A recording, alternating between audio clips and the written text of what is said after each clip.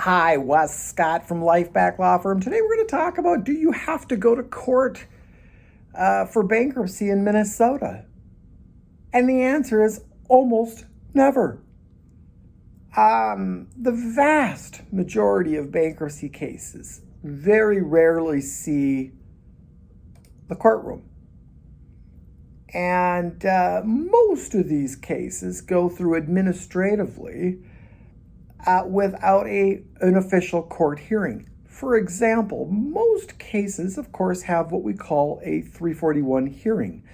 Why is it called a 341 hearing? Because it's found in Section 341 of the Bankruptcy Code, and it is a requirement of the code that each debtor who files a bankruptcy petition be examined. In this 341 meeting, they ask you to confirm that the information on here is true and correct and complete, right? That's what this is about. And so that hearing is called a 341 hearing, but it's not a court hearing. Not in the traditional sense. It doesn't have a judge, it doesn't have court clerks, that kind of thing.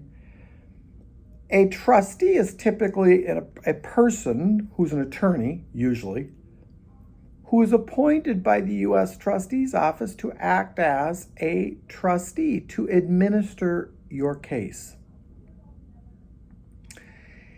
On rare circumstances, yes, we go to court, but it's extremely unusual, and it's even more unusual for you to have to appear.